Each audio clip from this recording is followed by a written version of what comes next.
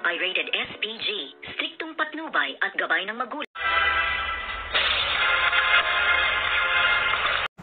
Good afternoon and welcome sa aking munting channel. At dito nga ay pinatawag na nitong si Chief Espinas si Tanggol na ilabas sa Bartolina upang siya nga ang makasama ni Bubbles na tumodas dito nga kay Congressman Sibilya dahil galit na nga si Mr. Reyes nang tinawagan siya na bakit daw hanggang ngayon ay wala pa sa balita or sa news ang pagkamatay nitong ang si Congressman Sibilya, kung kaya't dito nagngingit-ngit sa galit itong ang si Chief Espinas. At sabi niya nga ay nakakita na ako ng ipapalit ko kay Bong, at sa nakita ko sa grupo nitong ang si Tanggol ay kayang-kaya nilang tapatan or higitan ang grupo nitong si Bong, kung kaya't kuhanin nyo ngayon si Tanggol upang siya ang tumapos ng hindi nagawang trabaho nitong si Bong.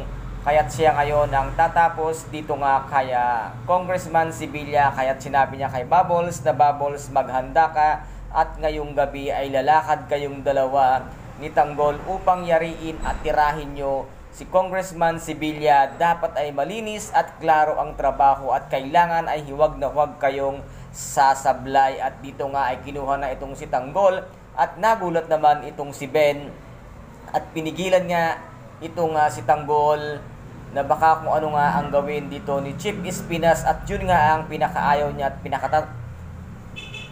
pinakakatakutan niyang mangyari dito nga kay Tanggol. At pero walang kaalam-alam itong si Ben na si Tanggol pala ang isa na sa gagawing hitman ng Bilibid, na kung saan nga ay siya na ang ipapalit dito kay Bong, kung kaya't mapapatay nga dito ni Bong si Congressman Sibilya, na kung saan ay mas marami na ngayon ang matatakot kay Tanggol sa loob ng correctional dahil siya na mismo ang papalit kay Bong, dahil nakita ng karamihan kung papaano lumaban at tumira itong si Bong, kung papaano siya makipagbakbakan ng siya lamang sa dami-dami ng napatay nitong si Tanggol ng mga kasama at kagrupo nga nitong si Bong. At dito naman itong si Balahadja ay sinabihan nga dito ni Chief Espinas na wag niya akong tatanggihan, kilala mo ako na wala pang tumatanggi sa akin.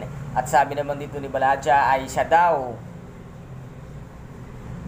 ang grupo ni Bong ang siyang nanguna at nagsimula nga ng gulo kung bakit sinugod nila at inaway nga nila ang grupo nitong si Tanggol dahil nga sa utos ni Bong. And guys, ito po ang ating pakaabangan mamayang gabi dito nga sa tinaguriang pambansang teleserye FPJ ang Batang Quiapo. At kung nagustuhan po ninyo ang aking video for today, paki-subscribe na lamang po ng aking channel, paki-like and share din po para maging update kayo sa lahat ng gagawin kong video. Maraming salamat po, ingat, God bless and bye-bye!